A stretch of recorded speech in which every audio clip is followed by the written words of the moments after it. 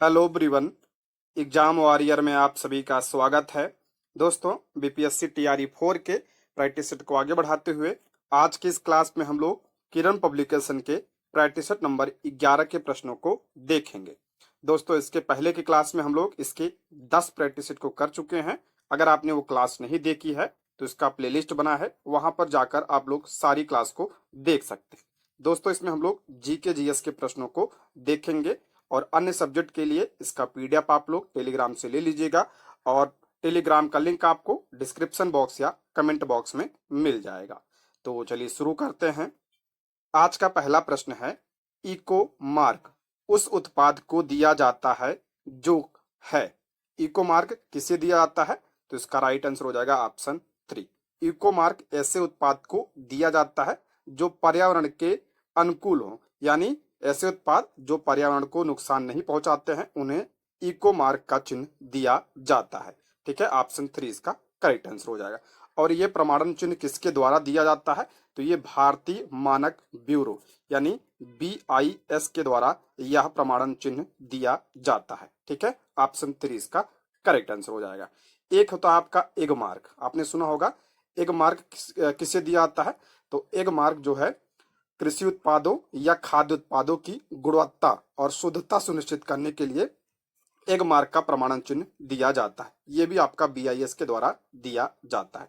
दोनों आप लोग ध्यान रख सकते हैं। ठीक है, इको मार्क ऐसे उत्पाद को जो पर्यावरण को नुकसान नहीं पहुंचाते हैं, ऐसे उत्पाद को इको मार्क, और एग मार्क कृषि उत्पादों या खाद्य उत्पादों की गुणवत्ता और शुद्धता को सुनिश्चित करने के लिए एग मार्क का चिन्ह दिया जाता है। ठीक है, नेक्स्ट है, एपीफाइट्स ऐसे पौधे हैं जो डैश के लिए अन्य पौधों पर निर्भर करते हैं। एपीफाइट्स, एपीफाइट्स को हिंदी में क्या कहा जाता है? अधिपादप कहा जाता है। ठीक है, अधिपादप ऐसे पौधे हैं जो डैश के लिए अन्य पौधों पर निर्भर करते हैं। तो इसका राइट आंसर हो जाएगा ऑप्शन 2, यांत्रिक समर्थन के लिए। ऑप्शन 2 इसका करेक्ट आंसर हो जाएगा। एपीफाइट्स वे पौधे होते हैं जो दूसरे पौधों पर उगते हैं। ठीक है, आपने देखा होगा जो दूसरे पौधे पर पौधे उगते हैं उन्हें क्या कहा जाता है? उन्हें अधिपादप कहा जाता है। ये वृक्षों की शाखा, तनों, दरारों में उपस्थित मिट्टी में उगाते हैं। ठीक है, और ये यांत्रिक समर्थन के लिए जो है ये उस पर उगते हैं। ठीक है, इन्हें एयर प्लांट भी कहा जाता है।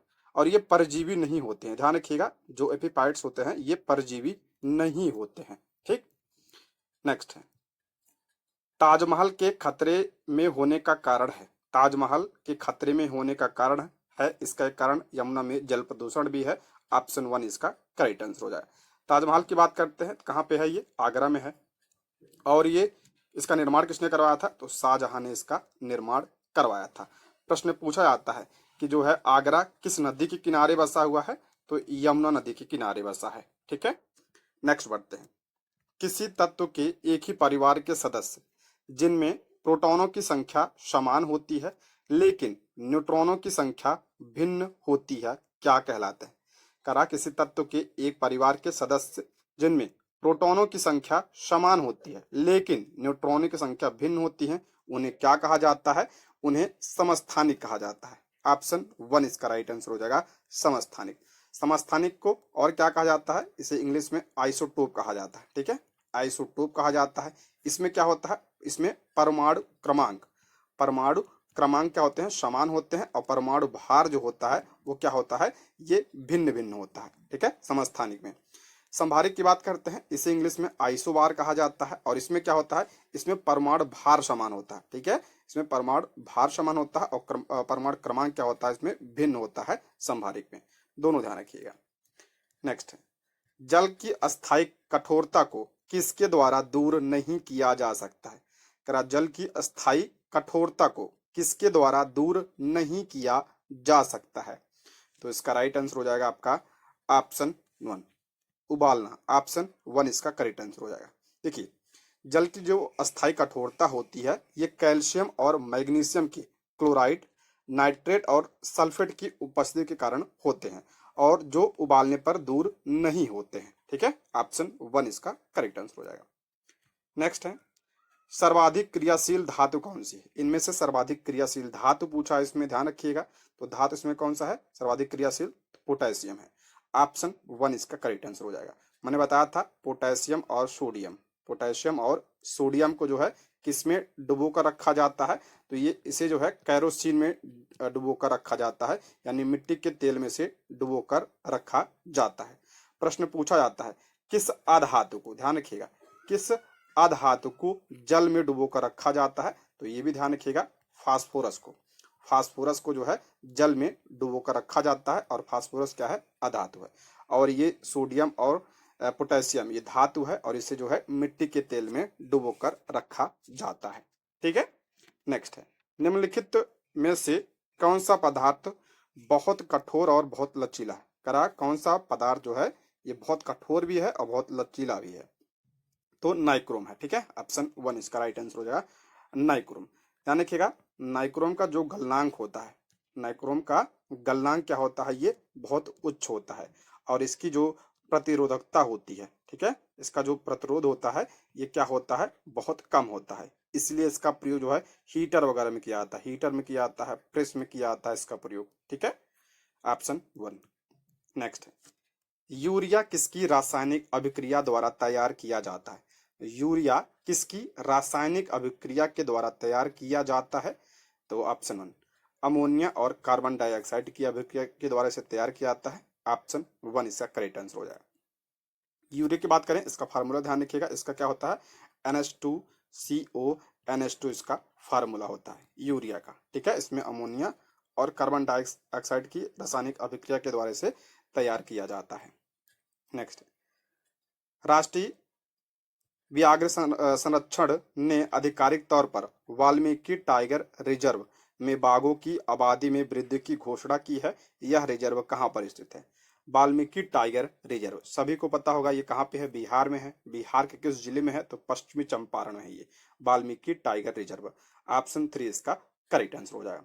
टाइगर रिजर्व की बात करते हैं तो वर्तमान में कितने टाइगर रिजर्व हैं, तो वर्तमान में 57 टाइगर रिजर्व हैं। 57वां ध्यान रखिएगा अभी हाल ही में बनाया गया है, कौन सा है, Ratapani tiger reserve. Ratapani tiger reserve ये कहाँ पे है, तो ये मध्य प्रदेश में है। ठीक है, मध्य प्रदेश में सबसे ज्यादा बाघ हैं, इसीलिए इसे क्या कहा जाता है, इसे टाइगर स्टेट कहा जाता है। ठीक है, मध्य प्रदेश को टाइगर स्टेट के नाम से भी जाना जाता है। प्रोजेक्ट टाइगर की बात करें तो प्रोजेक्ट टाइगर की शुरुआत कब हुई थी, तो 1973 में प्रोजेक्ट टाइगर की शुरुआत हुई थी। बाघ दिवस कब मनाया जाता है, तो 29 जुलाई को बाघ दिवस मनाया जाता है। ये सारे पॉइंट आपको ध्यान होने चाहिए। ठीक है, और वाल्मीकि टाइगर रिजर्व कहाँ पे है, तो पश्चिमी चंपारण में है।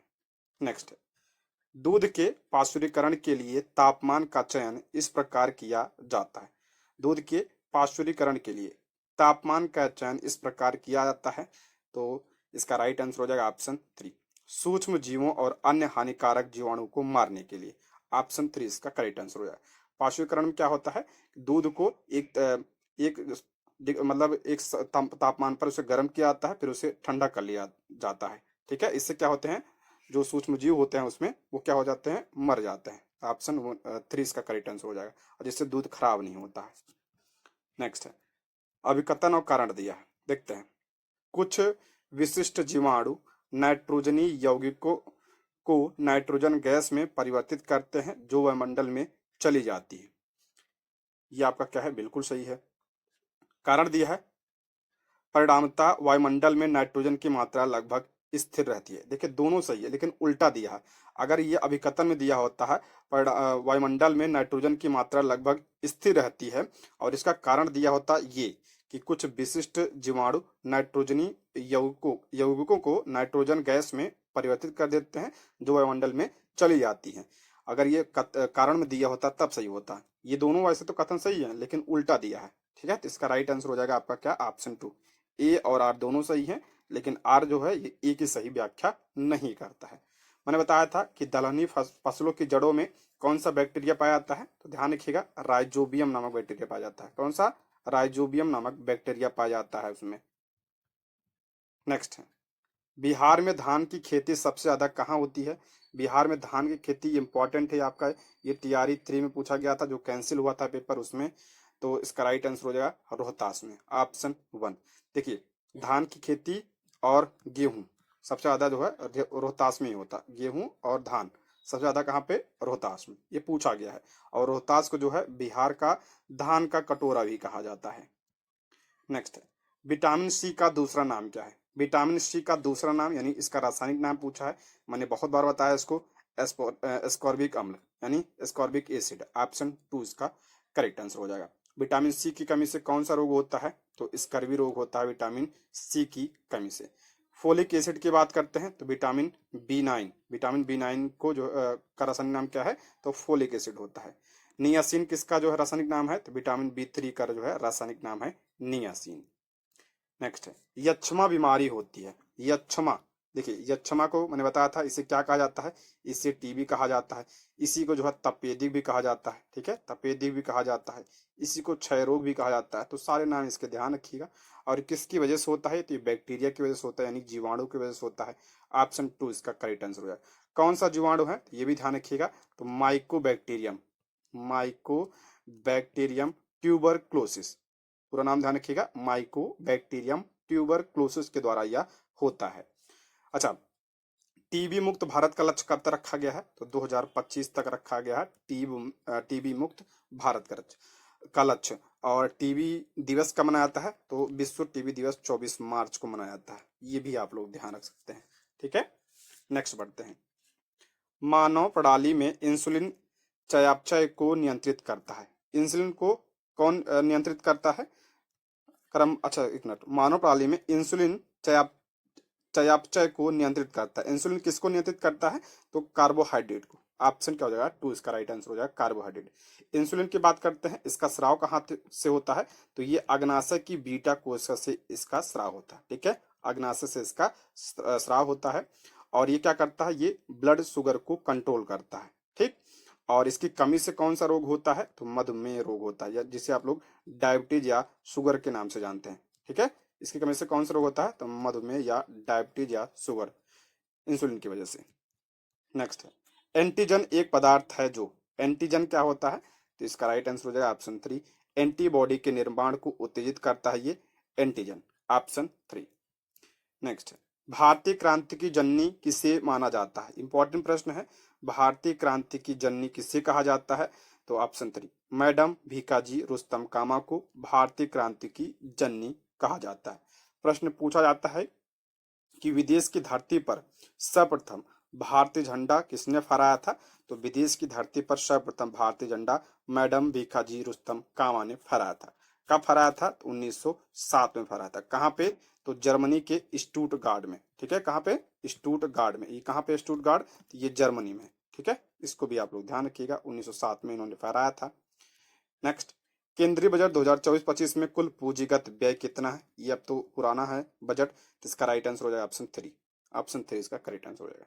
Next, WHO 2023 global TB report के अनुसार 2022 में विश्व में तपेदिक टीबी के सबसे अधिक मामले किस देश में है? करा था WHO 2023 ग्लोबल टीबी रिपोर्ट के अनुसार 2022 में विश्व में तपेदिक यानी टीबी के सबसे अधिक मामले किस देश में? तो भारत में है, ठीक है, ऑप्शन 3, भारत में। और टीबी मैंने बताया किसकी वजह से होता है? तो ये जीवाणु की वजह से होता है। और टीबी मुक्त का लक्ष्य कब रखा गया? भारत ने कब रखा है? 2025 में रखा है। और कौन से बैक्टीरिया से? तो माइकोबैक्टीरियम ट्यूबरकुलोसिस की वजह से होता है ये। WHO की बात कर लेते हैं यहाँ पे। इसकी स्थापना कब हुई थी? तो 7 अप्रैल 1948 को इसकी स्थापना हुई थी। और इसीलिए 7 अप्रैल को कौन सा दिवस? तो विश्व स्वास्थ्य दिवस मनाया जाता है 7 अप्रैल को। और WHO का हेडक्वार्टर कहाँ पे है? तो जिनेवा, स्विट्जरलैंड में। नेक्स्ट है, उलू उलू ध्वनि के साथ शंख ध्वनि कहाँ की प्रथा है? तो ये आपका प्रथा है बंगाल की। ऑप्शन 3 इसका राइट आंसर हो जाएगा, बंगाल। नेक्स्ट, सौर कुकर में खाना कैसे पकता है? सौर कुकर में सूर्य के प्रकाश से ही खाना पकता है, तो ऑप्शन 1 इसका करेक्ट आंसर हो जाएगा।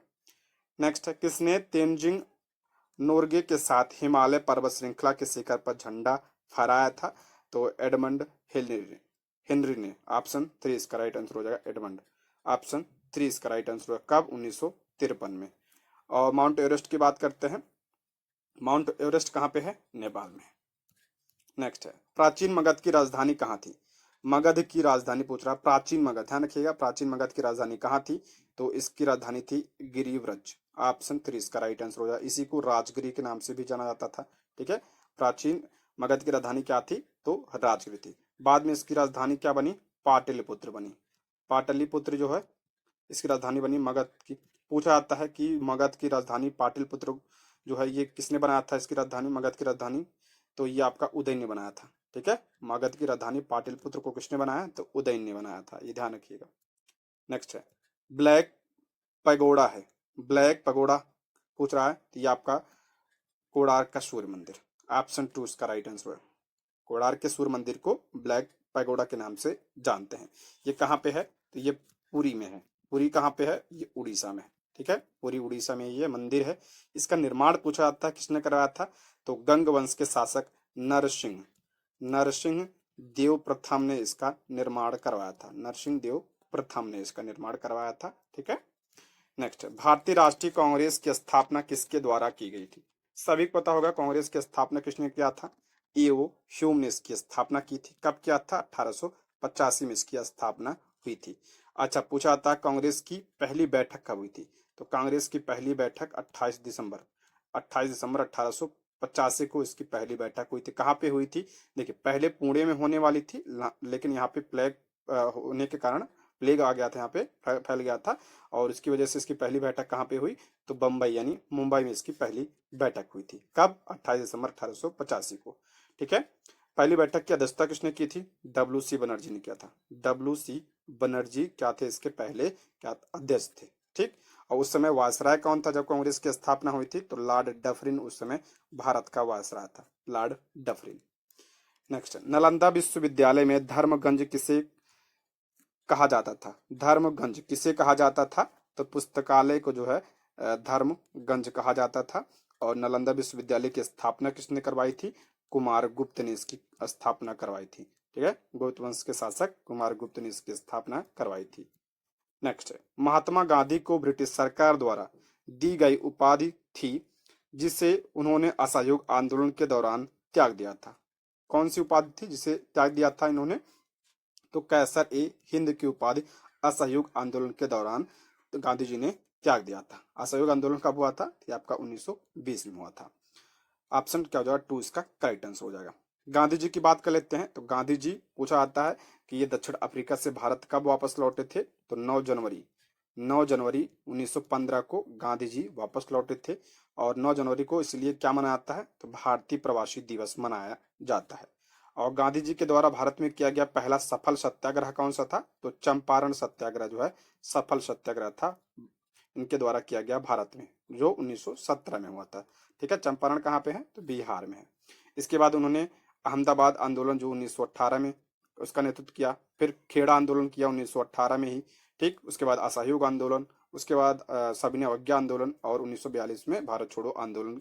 ये सब गांधी जी के द्वारा किए गए भारत में आंदोलन थे। ठीक है, असहयोग आंदोलन पूछा जाता है कि असहयोग आंदोलन को जो है वापस कब लिया गया था और क्यों लिया गया था? तो असहयोग आंदोलन को चौरी चौरा कांड की वजह से वापस ले लिया गया था। कब लिया गया था वापस? तो 12 फरवरी 1922 को गांधी जी ने इसे वापस ले लिया था। इसको भी ध्यान रखिएगा, कई बार पूछा गया है ये। ठीक है, नेक्स्ट है, नीचे बीजाणुओं की कुछ विशेषताएं दी गई है, कूट की सहायता से सही उत्तर का चयन कीजिए। ये हल्के होते हैं, सही है। ये लंबी दूरी तक जा सकते हैं, ये भी सही है। ये लैंगिक जनन अंग होते नहीं, ये अलैंगिक होते हैं, ये गलत है। तो इसमें ए और बी सही है, ऑप्शन 1। नेक्स्ट, तमिलनाडु में सर्वाधिक कपास मिलें पाई जाती हैं। तमिलनाडु में सर्वाधिक कपास मिलें पाई जाती हैं कहाँ पे? तो कोयम्बटूर में। ऑप्शन 2 इसका राइट आंसर हो जाएगा, कोयम्बटूर। कोयम्बटूर की बात करें तो इसे दक्षिण भारत का मानचेस्टर कहा जाता है। ठीक है, दक्षिण भारत का मानचेस्टर किसे कहा जाता है? तो कोयम्बटूर को कहा जाता है। अगर पूछा जाए भारत का मानचेस्टर किसे कहा जाता है? तो अहमदाबाद को भारत का मानचेस्टर कहा जाता है। यहाँ पे कपास की बात हुई है, तो कपास के लिए कौन सी मृदा उपजाऊ होती है? ये भी ध्यान रखिएगा। तो काली मृदा उपजाऊ होती है कपास के लिए, इसलिए काली मृदा को कपासी मृदा के नाम से भी जाना जाता है। नेक्स्ट, पृथ्वी का घूर्णन अक्ष यानी ध्रुवीय अक्ष सदैव कोण पर झुका रहता है।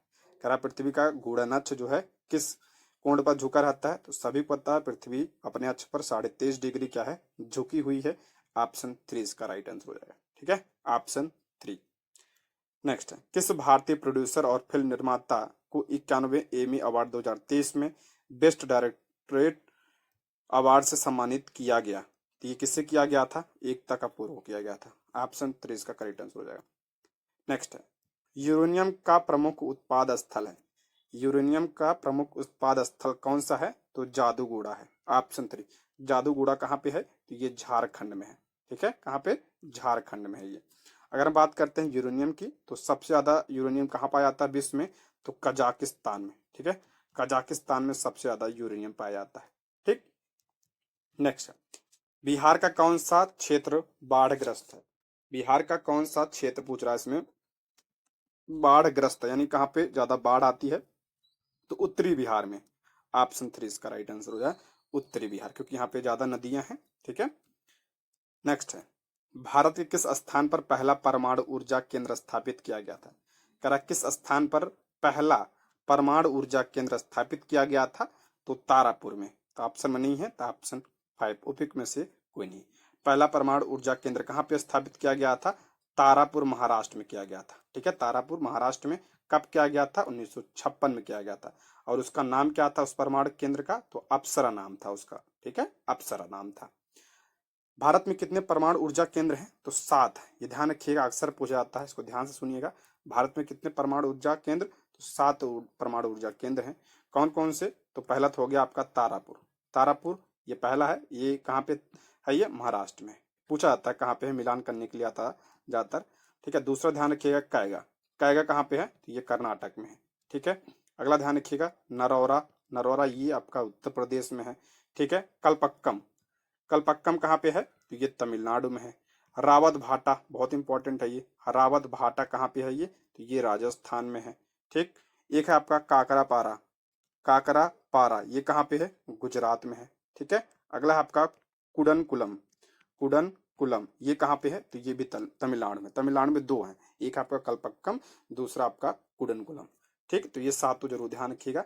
और किस राज्य में है ये भी ध्यान रखिएगा, मिलाने के लिए आता है ये। नेक्स्ट है, भारत में मतदाता होने की न्यूनतम आयु क्या है?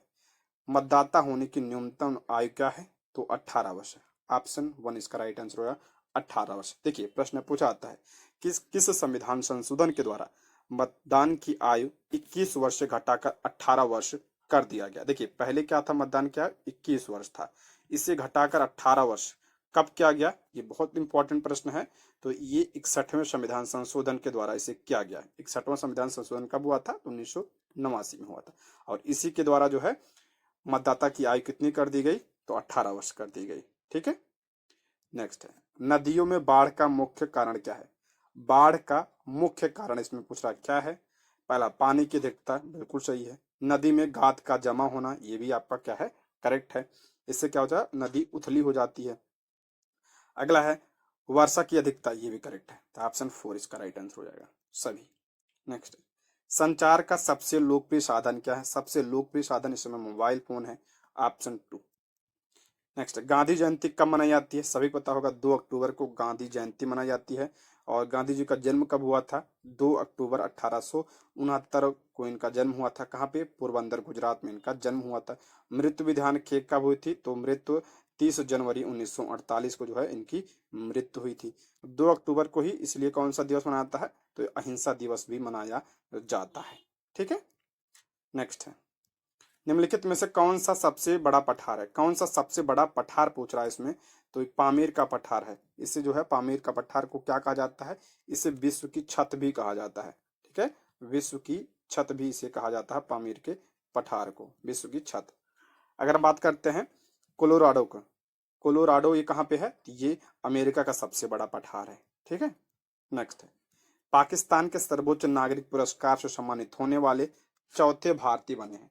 पाकिस्तान का जो सर्वोच्च नागरिक पुरस्कार है उससे सम्मानित होने वाले चौथे भारतीय कौन बने हैं? तो बने हैं आपके, इसका राइट आंसर हो जाएगा ऑप्शन 1 इसका करेक्ट आंसर हो जाएगा। SM सैफुद्दीन बने हैं। ऑप्शन 1 इसका करेक्ट आंसर हो जाएगा। पाकिस्तान का जैसे अपने भारत में भारत रत्न है, ऐसे पाकिस्तान में सर्वोच्च नागरिक पुरस्कार कौन सा है? निशान ए पाकिस्तान। निशान ए पाकिस्तान जो है यहाँ का सर्वोच्च नागरिक पुरस्कार है। और इसी सबसे पहले किस भारतीय को मिला था, तो मोरारजी देसाई को मिला था। ठीक है, मोरारजी देसाई को यह सबसे पहले दिया गया था, पहले भारतीय थे जो जो जिसको ये मिला था पुरस्कार 1990 में। ठीक है, और ये एस.एम. सैफुद्दीन ये चौथे भारतीय बने हैं। नेक्स्ट है, कोलरेडा किसके साथ संबद्ध एक विशेषता है। कोलरेडा, तो ये ध्यान रखिएगा ज्वालामुखी से संबंधित है। ऑप्शन 1 इसका राइट आंसर हो जाएगा ज्वालामुखी। नेक्स्ट है, ऑप्टिकल फाइबर किस क्षेत्र में उपयोगी है। ऑप्टिकल फाइबर फाइबर जो है ये दूर संचार में उपयोगी है। ऑप्शन क्या हो जाएगा इसका 3 इसका करेक्ट आंसर हो जाएगा। नेक्स्ट बढ़ते हैं, लाल रक्त कणों का जीवन चक्र कितने दिनों तक होता है। लाल रक्त कणों यानी आरबीसी, आरबीसी का जीवन काल कितना होता है, तो इसका जीवन काल 120 दिन होता है। ऑप्शन 1 इसका राइट आंसर हो जाएगा। और आरबीसी में क्या पाया जाता है, हीमोग्लोबिन पाया जाता है। ठीक है, हीमोग्लोबिन पाया जाता है जो क्या करता है, ऑक्सीजन का वहन करता है, और हीमोग्लोबिन की वजह से ही रक्त का रंग क्या होता है, लाल होता है। आरबीसी का अन्य नाम ध्यान रखिएगा, इसे एंथ्रेसाइट भी कहा जाता है, एंथ्रेसाइट भी कहा जाता है इसे आरबीसी को। नेक्स्ट, अंगोरा ऊन किस नस्ल से प्राप्त होता है। अंगोरा ऊन जो है ये खरगोश से प्राप्त होता है। ऑप्शन 1। एक और ध्यान रखिएगा, अगर पूछा जाए पश्मीना ऊन जो है तो ये बकरी से प्राप्त होता है, पश्मीना ऊन। ठीक है, नेक्स्ट है, निम्नलिखित कथन ठंडे मरुस्थल जैसे लेह के घरों का निर्माण से संबंधित है। दिए गए कूट की सहायता से सही उत्तर का चयन करें। ठंडे मरुस्थल जैसे आपका लेह, वहां पूछ रहा वहां के घर कैसे होते हैं, उन्हीं के बारे में दिया है। पहला, उनकी दीवारें पत्थरों से बनाई जाती हैं, बिल्कुल करेक्ट है। उनका फर्श लकड़ी से बनाया जाता है, ये भी करेक्ट है। उनकी छत पत्थरों से बनाई जाती है, ये गलत है। उनकी जो छतें होती हैं वो लकड़ी से बनाई जाती हैं। ठीक है, उनमें केवल भूतल होता है, नहीं भूतल नहीं होता है, यानी नीचे का तल ही नहीं होता, उनमें ऊपर का भी तल होता है, दो लगभग 2 तल के होते हैं, तो ये भी आपका गलत है। इसमें आपका ए और बी करेक्ट है, तो ऑप्शन 1। नेक्स्ट है, किस सागर में सबसे ज्यादा खारापन है। कौन सा सबसे ज्यादा खारापन है इसमें, तो इसमें मृत सागर यानी डेड सी जिसे कहा जाता है। ऑप्शन 3 इसका राइट आंसर। ये कहाँ पे है, तो जॉर्डन, इजराइल और फिलिस्तीन के बीच में स्थित है, इस सीमा पर है उनके। ठीक है, ऑप्शन 3। नेक्स्ट है, समुद्री मार्ग से विश्व की परिक्रमा करने वाला प्रथम व्यक्ति कौन था। इंपॉर्टेंट है, ध्यान से प्रश्न को देखिएगा। पूछ रहा समुद्री मार्ग से विश्व की परिक्रमा करने वाला पहला व्यक्ति कौन था, तो मैगलन था। ठीक है, मैगलन ने समुद्री मार्ग से विश्व की परिक्रमा किया था। ऑप्शन 3 इसका राइट आंसर हो जाएगा। पूछा आता है कि वास्को डिगामा जो है कब आया था भारत, तो 1498 में। ये आपका भारत आने वाला पहला क्या था, यूरोपी था, और पहला पुर्तगाली था जो 1498 में भारत आया था। ठीक है, कोलंबस की बात करते हैं तो इसने 1492 में अमेरिका की खोज किया था। ठीक है, अमेरिका की कोलंबस ने किया था 1492 में। नेक्स्ट है, रोनाल्ड रॉस को दिसंबर 1902 में चिकित्सा के क्षेत्र में बड़ा पुरस्कार, नोबेल पुरस्कार मिला। उनकी खोज किस बीमारी से संबंधित है, तो इन्होंने ध्यान रखिए मलेरिया परजीवी की खोज की थी। ऑप्शन 3 इसका करेक्ट आंसर हो जाएगा। मलेरिया किससे होता है, तो परजीवी से होता है। ठीक है, ऑप्शन 3 इसका राइट आंसर हो जाएगा। और किसकी वजह से फैलता है, तो ये वह क्या होता है इसका, मादा एनाफिलीज मच्छर की वजह से। नेक्स्ट, ग्रामीण क्षेत्रों में प्रच्छन्न बेरोजगारी के कारणों में से एक है। प्रच्छन्न बेरोजगारी का मतलब होता है छिपी हुई बेरोजगारी। ठीक है, इसका मतलब पूछ रहा है, तो इसका राइट आंसर हो जाए ऑप्शन 3। कृषि सुधार के आधे अधूरे कार्यान्वयन के साथ जनसंख्या का भारी दबाव। ऑप्शन 3 इसका करेक्ट आंसर हो जाए। देखिए, जो प्रच्छन्न बेरोजगारी होता है ये कृषि क्षेत्र में देखने को ज्यादातर मिलता है। प्रच्छन्न बेरोजगारी मतलब क्या है, जैसे मान लीजिए आपका खेत है, उस खेत में 5 लोग की जरूरत है, कि अगर 5 लोग काम करेंगे तो उसमें सारा काम हो जाएगा। लेकिन आपके परिवार में जो है 10 सदस्य हैं, और 10 के 10 सदस्य उस खेत में लगे पड़े हुए हैं। उसी को क्या कहा जाता है, छिपी हुई बेरोजगारी कहा जाता है। काम 5 लोगों का है लेकिन सारा परिवार उसको करने में लगा हुआ है, इसी को क्या कहते हैं, प्रच्छन्न बेरोजगारी कहते हैं। ठीक है, नेक्स्ट है, सियरा लियोन की राजधानी क्या है। सियरा लियोन की राजधानी इसकी पूछ रहा क्या है, तो फ्री टाउन है। ऑप्शन 3 इसका राइट आंसर हो जाएगा फ्री टाउन। नेक्स्ट, पंचायती राज व्यवस्था का उल्लेख है। पंचायती राज्य व्यवस्था पूछ रहा है किस सूची का विषय है, तो ये राज्य सूची का विषय है। ऑप्शन 2 इसका राइट आंसर हो जाएगा राज्य सूची। पंचायती राज व्यवस्था की बात करते हैं तो ये किस संविधान संशोधन के द्वारा इसे संवैधानिक दर्जा दिया गया था, तो 73वें संविधान संशोधन 1992 के द्वारा इसे संवैधानिक दर्जा दिया गया था। किस अनुसूची में शामिल किया गया था? तो 11वीं अनुसूची में से शामिल किया गया था पंचायती राज व्यवस्था को। अब हम बात करते हैं ये किसका विषय है? तो ये राज्य सूची का विषय है। अच्छा, ये जो शक्तियों का बंटवारा है किस सूची में दिया है, किस अनुसूची में? तो 7वीं अनुसूची में है। ठीक है, 7वीं अनुसूची में 3 सूची की बात कही गई है। एक आपका जो है केंद्र सूची, ठीक है, केंद्र सूची, दूसरा आपका राज्य सूची और तीसरा है समवर्ती सूची। ठीक है, समवर्ती सूची। जो केंद्र सूची के विषय होते हैं इस पर जो कानून होता है कौन बनाता है? केंद्र बनाता है। राज्य सूची पर राज्य बनाता है और समवर्ती सूची पर दोनों बनाते हैं, केंद्र भी और राज्य भी। ठीक है, पूछा था केंद्र सूची में कितने विषय हैं वर्तमान में? 100 विषय हैं। राज्य सूची में कितने हैं? 61 विषय हैं। और समवर्ती सूची में कितने विषय हैं? 52 विषय हैं।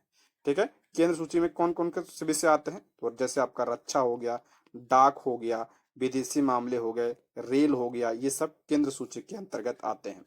राज्य की बात करते हैं, जैसे आपका पंचायती राज व्यवस्था हो गया, कृषि हो गया, पुलिस हो गया। ठीक है, ये सब जो है राज्य सूची के विषय हैं।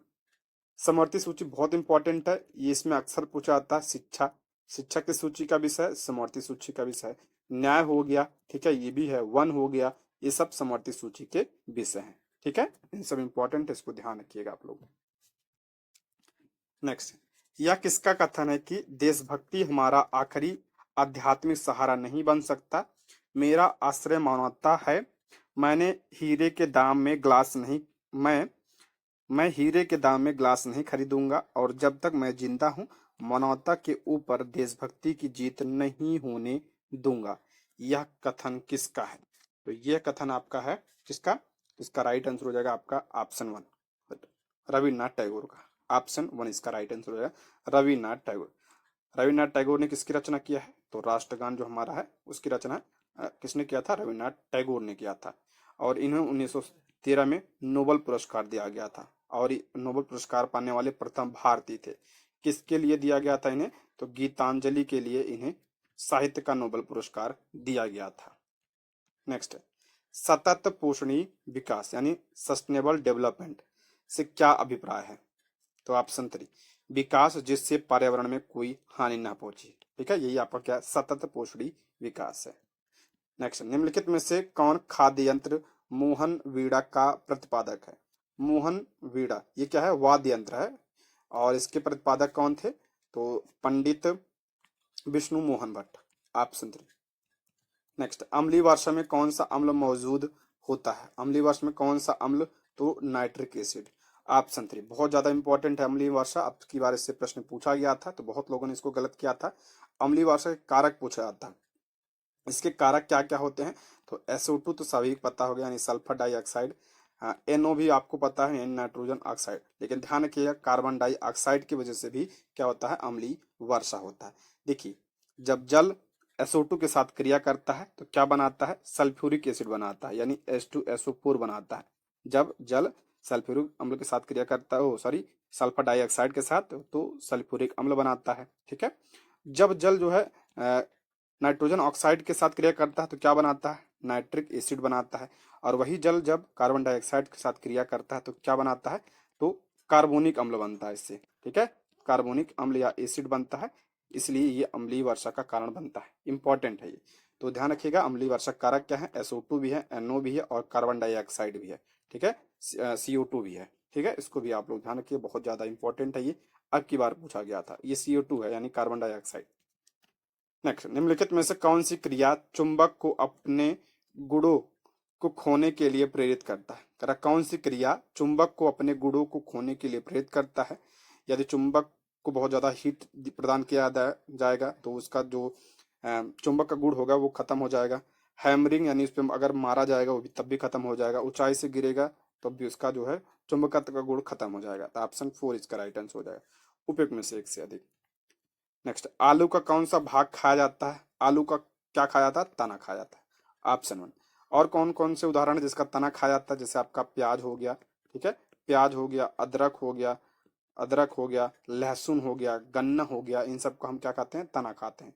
जड़ की बात करते हैं, जैसे आपका मूली, गाजर, चुकंदर, इन सब का जड़ खाते हैं। माउंट एवरेस्ट फतह करने वाली पहली भारतीय महिला कौन थी? तो सभी को पता होगा, बछेंद्री पाल। 1984 में ये जो है माउंट एवरेस्ट पर चढ़ी थी। माउंट एवरेस्ट कहाँ पे? नेपाल में। नेपाल में इसे क्या कहा जाता है? सागर माथा कहा जाता है। नेक्स्ट, निम्नलिखित में से कौन सा शहर 1911 तक ब्रिटिश भारत की राजधानी थी? 1911 तक जो है भारत की राजधानी क्या थी? तो कोलकाता थी। ऑप्शन 1 इसका राइट आंसर हो जाएगा। कलकत्ता 1911 तक भारत की राजधानी थी। और उसके बाद भारत की राजधानी 1911 में क्या बनी? तो दिल्ली बनी। ठीक है, दिल्ली में। नेक्स्ट है, कोशिकाओं में तत्काल ऊर्जा उत्पादन के लिए क्या लेना चाहिए? करेक्ट, कोशिकाओं में तत्काल ऊर्जा उत्पादन के लिए क्या लेना चाहिए? अगर हमें तुरंत एनर्जी चाहिए तो हमें ग्लूकोज लेना चाहिए। ठीक है, ऑप्शन 1 ग्लूकोज। नेक्स्ट, संयुक्त राष्ट्र सुरक्षा के अस्थायी सदस्य देशों के नाम क्या हैं? कह अस्थायी सदस्य। संयुक्त राष्ट्र सुरक्षा परिषद में कितने अस्थायी सदस्य हैं? तो 5 है। और 10 क्या है? 10 क्या है? अस्थायी है। जो 10 अस्थायी होते हैं कितने वर्ष के लिए चुने जाते हैं? 2 वर्ष के लिए चुने जाते हैं। तो इसमें पूछा अस्थायी सदस्य कौन से हैं इसमें, तो आपका ध्यान रखिएगा, संयुक्त राज्य अमेरिका, रूस हो गया, यूके हो गया, फ्रांस और चीन।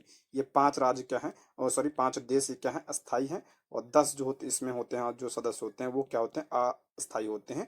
और ये 2 साल के लिए चुने जाते हैं। संयुक्त राष्ट्र संघ की बात करते हैं। संयुक्त राष्ट्र संघ की स्थापना कब हुई थी? 24 अक्टूबर 1945 को इसकी स्थापना हुई थी। इसका हेडक्वार्टर कहाँ पे है? तो न्यूयॉर्क में इसका हेडक्वार्टर है। पूछा गया था संयुक्त राष्ट्र का जो चार्टर है उसमें कितने अध्याय हैं? 19 अध्याय हैं। कितने आर्टिकल हैं? 111 आर्टिकल हैं। ये आपका टीआरई 2 में पूछा गया था। ठीक है, नेक्स्ट, केरल के कुछ भागों में छोटी नदियों या नालों के पार करने के लिए वल्लम का प्रयोग होता है। यह वल्लम किस प्रकार की वस्तु है? वल्लम जो है क्या है?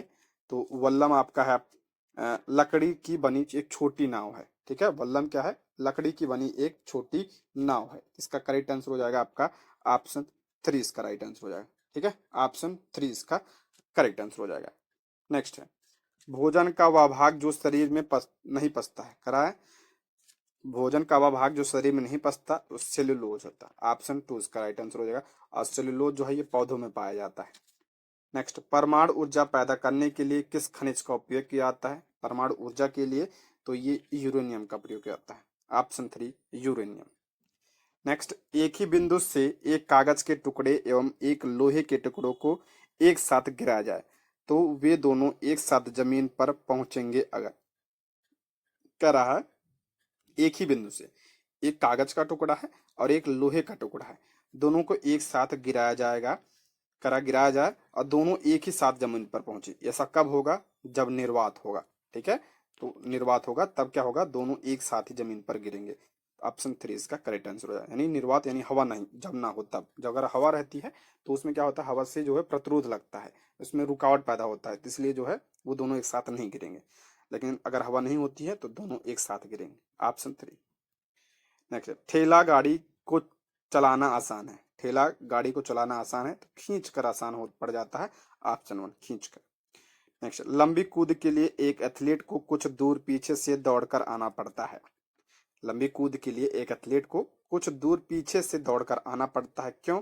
तो ऑप्शन 3 ज्यादा जड़त्व आघूर्ण उत्पन्न करने के लिए थोड़ा पीछे से दौड़ता है। ठीक है, ऑप्शन 3। नेक्स्ट, पृथ्वी का कौन सा गुण मौसम में बदलाव लाता है? मौसम में बदलाव किसकी वजह से होता है? तो ध्यान रखिएगा, परिक्रमण की वजह से होता है। यानी ऑप्शन 3 परिक्रमण और तिरछा अक्ष की वजह से होता है मौसम में बदलाव। एक आपका घूर्णन, घूर्णन की वजह से क्या होता है? दिन रात होता है। दोनों ध्यान रखिएगा।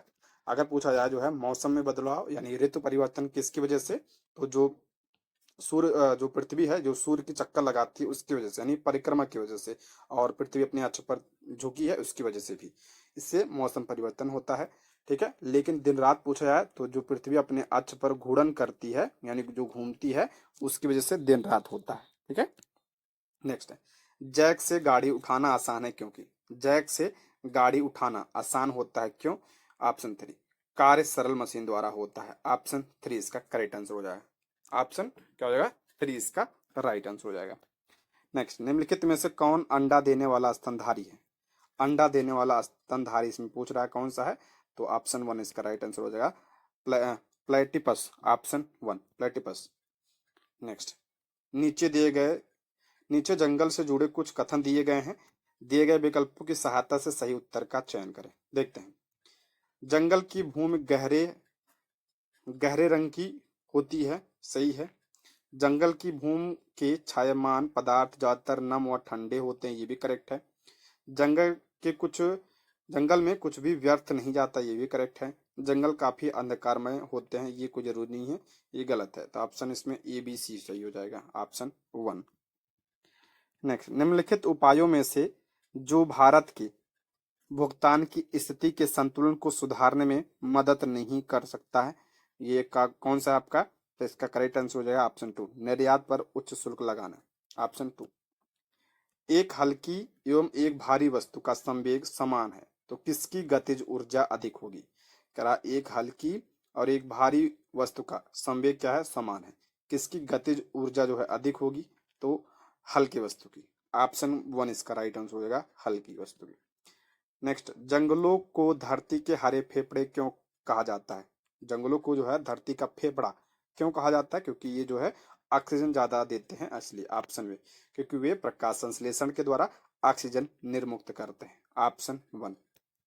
नेक्स्ट, सभी ग्राम पंचायत विभाजित होते हैं, जो हमारा जो ग्राम पंचायत होता है किस में विभाजित होता है? वार्ड में विभाजित होता है, ऑप्शन 2। नेक्स्ट, वे जंतु जो पौधों और अन्य जंतुओं को खाते हैं कहलाते हैं, इंपॉर्टेंट है, ये आपके एग्जाम में पूछा गया है। वे जंतु जो पौधों और अन्य जंतुओं को खाते हैं उन्हें क्या कहा जाता है? तो उन्हें कहा जाता है आपका सर्वाहारी कहा जाता है, ठीक है। जो पौधों को भी खाते हैं और जंतुओं को भी कहा जाता है, खाते हैं, उन्हें सर्वाहारी कहा जाता है, यानी ओमनिवोर उन्हें कहा जाता है। और जो मांस खाते हैं उन्हें मांसाहारी यानी कॉर्निवोर, और शाकाहारी कौन होता है? जो ये पौधों को खाते हैं, ठीक है। नेक्स्ट है, जब एक बस अचानक चलना शुरू करती है तो बस के अंदर बैठे यात्रियों को पीछे की तरफ धक्का लगता है। यह उदाहरण न्यूटन के किस नियम को दर्शाता है? सभी को पता होगा कौन सा नियम? तो जड़त्व का नियम। जड़त्व का नियम कौन सा? पहला है, तो ऑप्शन 1 न्यूटन का गति का पहला नियम, ऑप्शन 1। कई बार आ चुका है प्रश्न ये। नेक्स्ट, दो निकायों के बीच गुरुत्वाकर्षण बल है। दो निकायों के बीच गुरुत्वाकर्षण बल हमेशा क्या होता है? हमेशा जो है आकर्षक होता है, ऑप्शन इसमें हो जाएगा 2 इसका राइट आंसर, हमेशा आकर्षक होता है यानी खींचते हैं। राजेंद्र प्रसाद द्वारा निम्नलिखित में से किस व्यक्ति या गवर्नर जनरल के लिए कहा गया कि पाकिस्तान का निर्माता जिन्ना या मोहम्मद इकबाल नहीं बल्कि डैश था? तो ये कौन? इसका राइट आंसर हो जाएगा ऑप्शन 2, लॉर्ड मिंटो। देखिए, राजेंद्र प्रसाद का मानना था कि पाकिस्तान का निर्माता जिन्ना या मोहम्मद इकबाल नहीं बल्कि कौन था? लॉर्ड मिंटो था, ऑप्शन क्या हो जाएगा? 2 इसका करेक्ट आंसर हो जाएगा। आपने एक एक्ट सुना होगा 1909 का, 1909 का जो मार्ले मिंटो सुधार आया था, मार्ले मिंटो सुधार जो आया था उसमें क्या था? उसमें सांप्रदायिक निर्वाचन की बात कही गई थी, ठीक है। सांप्रदायिक निर्वाचन की बात कही गई थी, यानी धर्म के अकॉर्डिंग जो है निर्वाचन की बात इसमें कही गई थी, और इसीलिए जो है डॉक्टर राजेंद्र प्रसाद ने लॉर्ड मिंटो को जो है पाकिस्तान का निर्माता माना था, ऑप्शन 2 इसका करेक्ट आंसर हो जाएगा। नेक्स्ट है, उत्तराखंड, उत्तर प्रदेश, बिहार, पश्चिम बंगाल और सिक्किम की सीमाएं किस देश से लगती हैं?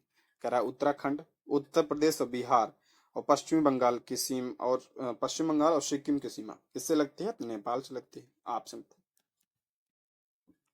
महात्मा गांधी द्वारा दांडी मार्च किससे संबंधित है? सभी को पता है, सविनय अवज्ञा आंदोलन से संबंधित है।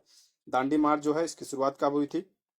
12 मार्च 1930 से ये चला था, ठीक है। कब तक? 6 अप्रैल 1930 तक, ठीक है, 1930 तक। और 6 अप्रैल को गांधी जी ने नमक कानून को तोड़कर सविनय अवज्ञा आंदोलन की शुरुआत की थी। नेक्स्ट, निम्नलिखित में से कौन से वन उत्पाद हैं?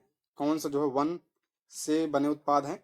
तो गोंद भी, प्लाईवुड हुई, सील करने की लाख भी, और केरोसिन नहीं, केरोसिन तो ये पेट्रोलियम का उत्पाद है, तो हो जाएगा ऑप्शन 1 इसका राइट आंसर, ABC। ये सब वन से प्राप्त होते हैं। नेक्स्ट, दक्षिण पश्चिम मानसून के समय आर्द्र पवनें कहाँ बहती हैं? दक्षिण पश्चिम मानसून के समय पवनें कहाँ से बहती हैं? तो ये आपका जो है कहाँ से? समुद्र से स्थल की ओर, समुद्र से स्थल की ओर पवनें चलती हैं, और भारत में सर्वाधिक वर्षा इसी की वजह से होती है, दक्षिण पश्चिम मानसून की वजह से ही।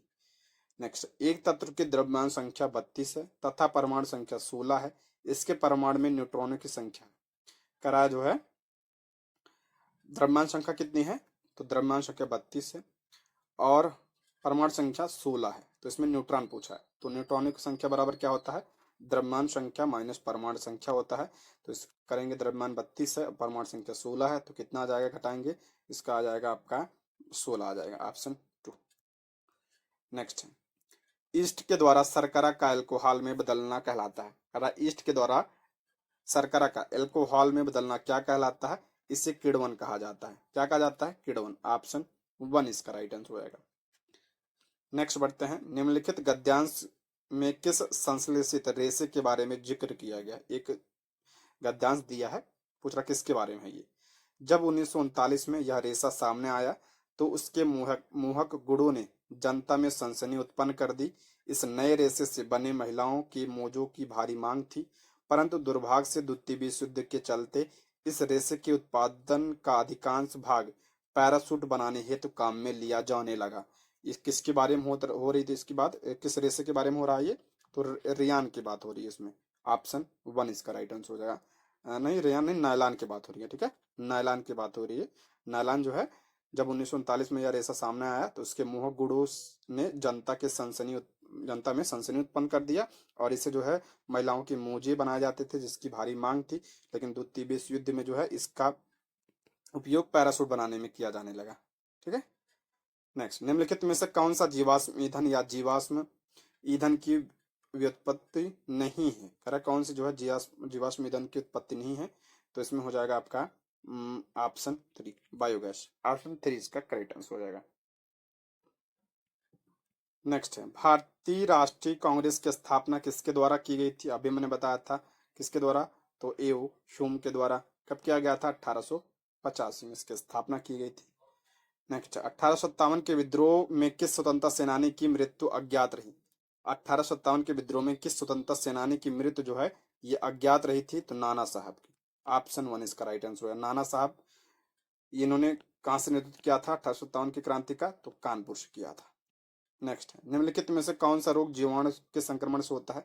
जीवाणु की वजह से यानी बैक्टीरिया की वजह से कौन सा रोग होता है, तो कुष्ठ रोग होता है। ऑप्शन क्या हो जाएगा, 3 इसका राइट आंसर, कुष्ठ रोग बैक्टीरिया की वजह से होता है। ठीक है दोस्तों, ये रहे आज के प्रश्न। क्लास कैसे लगी कमेंट बॉक्स में आप लोग जरूर बताइएगा, और चैनल को जो है सब्सक्राइब जरूर कर लीजिएगा। ठीक है, और कोई सुझाव भी हो तो कमेंट बॉक्स में आप लोग उसको बता दीजिएगा।